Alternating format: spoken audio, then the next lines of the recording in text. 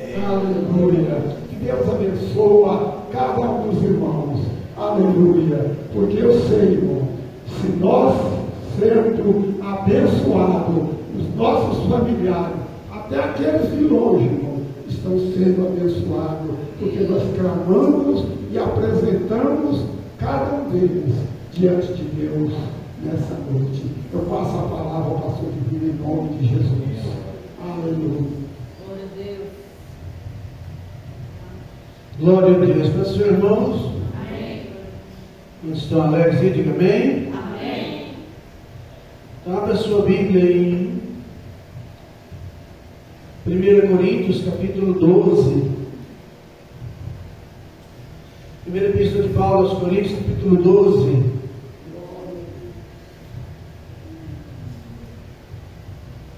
Aleluia. 1 Coríntios, capítulo 12.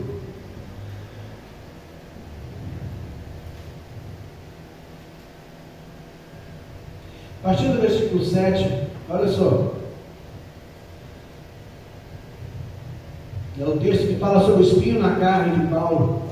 E para que não me ensoberbecesse com a grandeza das revelações, foi posto um espinho na carne, mensageiro de Satanás, para me esbofetear, a fim de que não me exalte.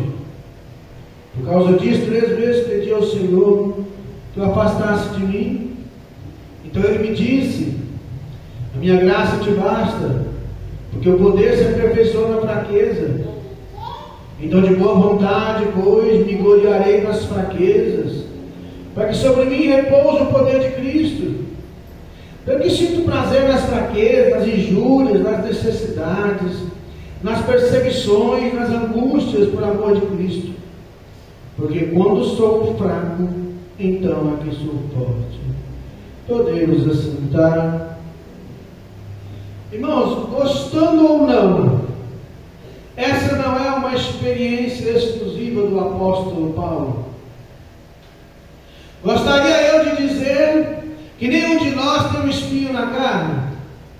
Queria eu poder afirmar que nem ninguém está passando por algum tipo de problema que não queria. O espinho na carne que Paulo aqui diz, claro que é um problema que ele não queria. É algo que o incomodava. Né? Porque ele, segundo o mesmo texto aqui, de 2 Coríntios, capítulo 12, versículo 1 em diante, nós vemos que Paulo teve uma revelação muito grande. E por causa dessa revelação, foi lhe dado o espinho na carne, para que ele não se gloriasse. É interessante, irmão, que quanto mais Deus te dá, mais Ele te cobra. Na proporção que Deus te dá, Ele permite que algumas coisas aconteçam na sua vida. Deus nos abençoa por um lado, mas Ele permite que o mal, que algum problema venha, para que nós não possamos esquecer que a glória é sempre dele. Amém. Então o apóstolo aqui diz: olha, por causa daquelas visões foi me dado espinho na carne, e por causa do qual roguei 3 vezes. Olha, eu fiz uma campanha de oração 3 vezes. Eu orei 3 vezes por causa desse problema. Mas na 3ª vez Deus me mostrou que esse espinho não ia sair. Então ele me disse: olha, meu filho, a minha graça te basta. Amém? Ainda que esse espinho na carne seja mensageiro de Satanás, versículo 7 de 2 Coríntios 12. Ainda que esse espinho na carne seja um problema que você não quer, você precisa dele. Então eu quero dizer para você, mas às vezes você passa por um problema, você não quer, mas às vezes nós precisamos passar pelo vale de Baca, pelo vale da provação. Tem momento que você vai ter que passar por esse problema, para que você chegue lá do outro lado e glorifique o Senhor. Ainda que no meio da batalha você tem que parar, como Jacó parou lá no vão de Jaboque, e lá ele clamou, ele orou, ele lutou com Deus, mas ele saiu dali vitorioso, porque saiu dali transformado. Vai ter momento na sua vida que esse espinho na carne vai sair. Aleluia. E se ele não sair, você vai ouvir do Senhor: meu filho, a minha graça te basta. Amém. Mas eu quero te mostrar para você que me chamou bastante atenção, mais uma vez, que a palavra de Deus sempre se renova. É o versículo 3 e 4. Quando ele diz: a minha graça te basta, porque o meu poder se aperfeiçoa na fraqueza. Olha só o que Paulo diz. Então, de boa vontade, pois me gloriarei nas fraquezas, para que sobre mim repouse o poder de Cristo. Talvez foi por isso que ele escreveu lá em, que o texto que eu li foi 2 Coríntios 12, versículo 9. Talvez foi por isso que o apóstolo Paulo também escreveu lá em 1 Tessalonicenses capítulo 5, de tudo dai graças, porque essa é a vontade de Deus. Qual que é a vontade de Deus, irmão? É que você enfrente os seus problemas de frente. É que você passe a entender que a oração não é para você mudar a vontade de Deus.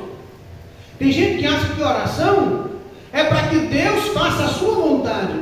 A oração não vai trazer a sua vontade, fazer com que a sua vontade seja a vontade de Deus. A oração é para mim saber: eu dependo de Deus, eu preciso da ajuda do Altíssimo. Amém. A oração está dizendo: quando eu oro porque eu sou insignificante, eu sou pequeno e eu preciso do milagre daquele que criou os céus e a terra. Mas a oração não muda a vontade de Deus. A oração me adequa à vontade de Deus. Então Paulo está dizendo: olha, de boa vontade, e de boa vontade eu vou me gloriar. Portanto eu me gloriarei ainda mais, alegremente em minhas fraquezas, para que o poder se repouse em mim. Verso seguinte. Então Paulo diz: olha, o que ele fala agora? Agora é para mim e para você. Por isso, por amor de Cristo, eu me regozijo nas fraquezas. Aleluia. Eu me regozijo nos insultos, nas necessidades, nas perseguições, nas angústias, pois quando eu sou fraco, eu que sou forte. Amém. Quando foi que você viu um crente dessa era, vamos assim, quando foi que você viu um crente que quando ele é insultado, ele glorifica o Senhor? Quando ele é humilhado, ele glorifica o Senhor? Quando ele quando ele se sente fraco, quando ele passa uma necessidade, uma perseguição, angústia, ele glorifica o Senhor. Paulo diz: em todas essas coisas nós somos mais que vencedores. Irmãos, aprenda. Você está passando por um problema, por um vale. Esse vale tem fim. Aleluia. Esse vale tem fim. Ele vai passar. Esse vale vai ter que passar. Mas para que ele passe, você precisa tomar uma decisão. Eu vou me colocar dentro da vontade de Deus. Eu vou me colocar à disposição do meu Deus, para que Ele possa fazer o milagre na minha vida. Amém. Para que Ele possa abrir a porta na hora certa. Amém. Olha o que Paulo, mesmo Paulo diz em 1 Coríntios 10, 12. O apóstolo Paulo, ele era um homem que tinha visão do Altíssimo, mas tinha visão também desse mundo. Então ele diz: aquele que está em pé, cuide que não caia. Você está em pé, primeira coisa, não caia.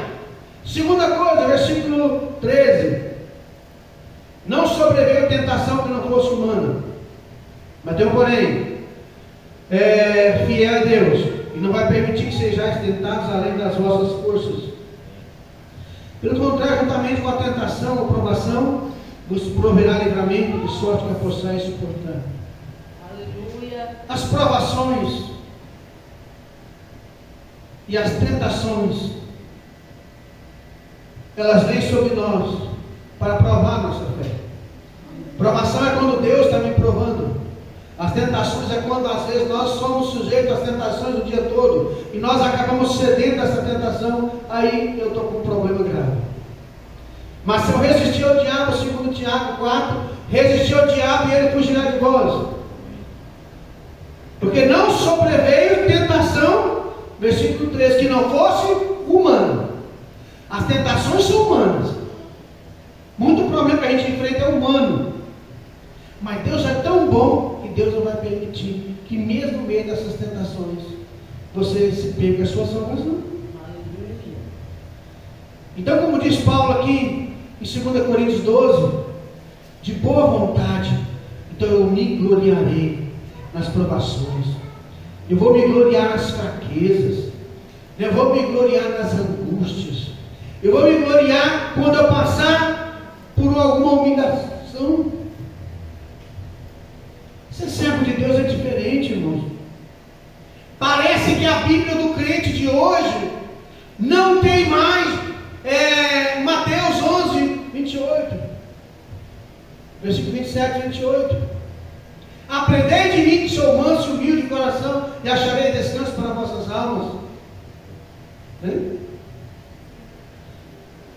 Tomai sobre vós o meu jugo, aprendei de mim que sou manso e humilde. Parece que a Bíblia do povo hoje, dos crentes dessa era, já não tem mais aquele versículo lá de Mateus, quando ele diz: olha, quer ser meu discípulo? Quero, toma a sua cruz e me segue. Você está com um problema? Cata o seu problema, pega a sua dificuldade, pega tudo que está te incomodando, põe nas costas e vem me seguir. Que enquanto você me segue, eu vou resolvendo. Enquanto você está com a cruz nas costas, eu vou resolver seu problema. Enquanto você carrega a cruz, Ele vai te abençoar. O problema acontece quando eu largo a cruz, quando eu largo o Senhor de lado. Colocar o Senhor de lado é frio. Quer se dar mal na vida? Porque o servo de Deus de hoje, ele está achando o seguinte: olha, eu vou parar de vir à igreja e vou fazer isso, fazer aquilo, que talvez vai melhorar. Irmão, não põe Jesus de lado para nada. Amém. Coloca o Senhor em primeiro lugar. Glória a Deus. Primeira coisa, quando você tem um problema, ore, interceda. Aleluia. Determine um dia e a hora. Senhor, olha, eu vou orar como Daniel. Eu preciso de uma resposta. Eu preciso de uma solução. E Deus vai fazer um milagre na sua vida. Amém. Mas eu não posso colocar o Senhor de lado. Eu não posso deixar o Senhor em segundo plano. Então comece a dar glórias por aquilo que você está passando. Pega a sua cruz, siga o Senhor, não coloque o Senhor de lado. Enquanto você carrega a cruz, enquanto você segue Ele, Ele vai se encarregar. No momento certo, Ele vai te livrar da aprovação. Glória a Deus. Quer seja financeira, conjugal, familiar, algum problema que você está passando, entrega na mão do Senhor. Confia nele, o mais Ele fará. Fiquemos em pé nesse momento. Senhor nosso Deus e Pai, estamos na Tua casa, Senhor. Estamos aqui, Senhor, com o coração dilacerado, Senhor, com o coração partido, ó Pai, porque muitos servos estão desvirtuando a Tua fé, estão deixando de olhar para a cruz, estão esquecendo Hebreus 12, 1 e 2, quando diz: embaracemos de todo o pecado e corramos com perseverança a carreira que nos está proposta, olhando para Jesus, autor e consumador da nossa fé. Ó meu Deus, as pessoas estão colocando o Senhor de lado, estão esquecendo de olhar para a cruz, mas nesse momento eu estou te pedindo: vá de encontro àquele que está fraco, aquele que está com problema financeiro, aquele que está doente, aquele que está acamado. Eu repreendo agora toda a obra de Satanás, eu repreendo todo o mal, em nome de Jesus. Abençoa a tua serva e o teu servo, Pai. Faz a obra nessa noite, em nome de Jesus. Que o Senhor te abençoe e te guarde.